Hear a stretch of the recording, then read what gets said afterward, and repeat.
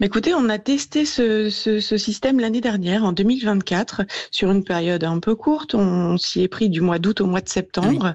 Et on a eu des retours extrêmement positifs. À la fois, on avait mis un petit questionnaire en ligne qui nous a fait des bons retours. Et puis aussi des retours très spontanés sur le site de la ville ou quand je croisais des gens qui nous ont fait imaginer qu'on devait réitérer cette initiative, sachant qu'il n'y avait eu aucune incivilité sur ce mobilier qui distribue des crèmes solaires.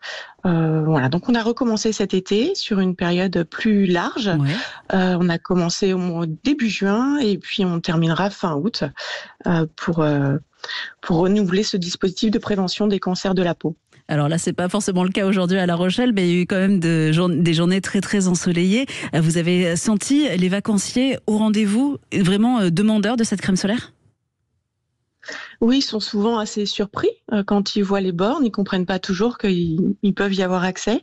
On a quand même fait le choix de les installer systématiquement à côté de toilettes publiques. D'accord. Et de former nos agents et les saisonniers à des messages de prévention. Il s'agit pas d'avoir un open bar comme ça de crème solaire, hein. Il s'agit bien d'avoir un dispositif de prévention, d'accompagnement, des petits flyers qui permettent d'expliquer comment se protéger. Et donc, voilà, ils ont accès à ces distributeurs de crème solaire.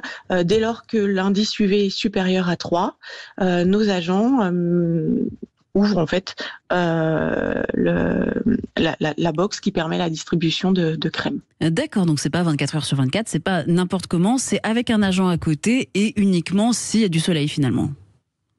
Oui, c'est ça. Supérieur à 3 et sur les plages horaires, effectivement, d'ouverture des toilettes publiques. Il y a aussi, vous nous l'avez dit, une prévention. On va donner quelques chiffres. Selon la Ligue contre le cancer, il y a entre 141 000 et 248 000 cas de cancer de la peau détectés chaque année. 80% sont dus à une exposition excessive au soleil pendant l'enfance et l'adolescence. Donc, il y a cette crème solaire. Il y a aussi donc toute cette prévention. Je crois même qu'il y a des dermatologues qui sont venus dans votre ville. Oui, vous l'avez dit, 80% des cancers de la peau attribuables aux UV. Une fois qu'on a dit ça, on se dit quand même qu'on peut tous faire quelque chose collectivement et individuellement pour se protéger. Alors, c'est vrai que la crème solaire, c'est pas forcément le seul outil de prévention et justement ce sont les messages qu'on essaye de faire passer. Non, les nuages ne bloquent pas les UV. Non, quand je suis dans la mer, je prends aussi les UV et donc il faut aussi que je me protège.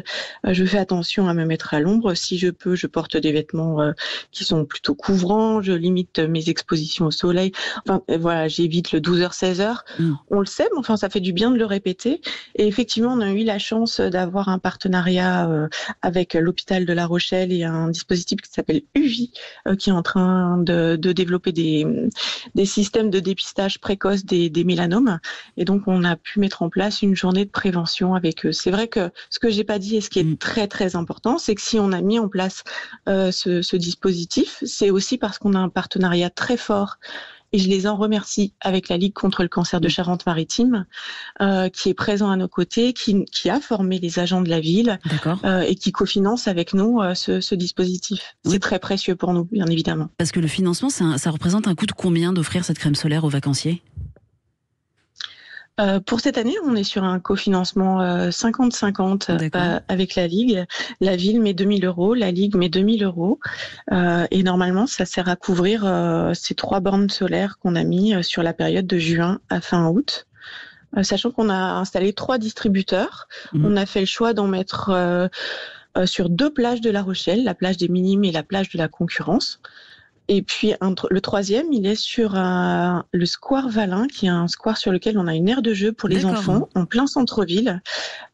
Et on voit que celui-ci est très utilisé aussi. Les parents, ils oublient parfois la crème solaire dans le sac à dos. Ça arrive. Voilà. Et donc ça, c'est bien pratique d'avoir ce point d'accès en plein centre-ville, à côté de l'aire de jeu. Vous nous l'avez dit, vous l'aviez mis en place déjà l'année dernière. Cette année, c'est un beau succès. Vous comptez renouveler l'expérience l'année prochaine et puis peut-être tous les ans ?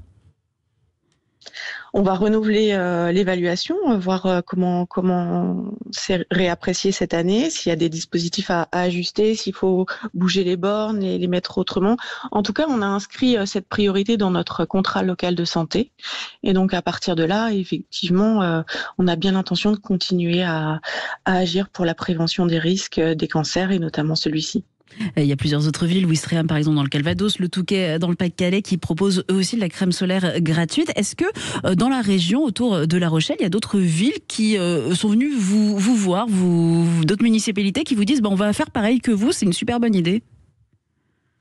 C'est vrai qu'on a beaucoup d'échanges. Justement, dans le cadre de ce contrat local en santé, on travaille avec l'ensemble des villes de l'agglomération. Donc, ça suscite pas mal d'échanges. Je dois reconnaître que le relais médiatique que vous en faites nous aide aussi à être questionnés par d'autres villes, notamment par le réseau des villes santé qui est piloté au niveau national.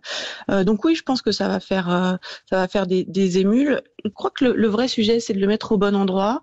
Et encore une fois, c'est de pas en faire un open bar. C'est-à-dire que oui, on est là pour passer des messages de prévention, pour favoriser le dépistage et faire en sorte qu'on ait une approche multipartenariale. Ça doit impliquer la ville, ça doit impliquer les agents, mais ça doit aussi impliquer l'ensemble de l'espace public et des acteurs en santé. C'est le cas à La Rochelle. Ça commence à mobiliser, je vous l'ai dit, le centre hospitalier qui est partie prenante maintenant sur des temps courts, mais peut-être qu'on pourra les multiplier, ces temps de dépistage. Les CPTS, donc les acteurs de la médecine de ville, sont présents aussi et regardent de plus près.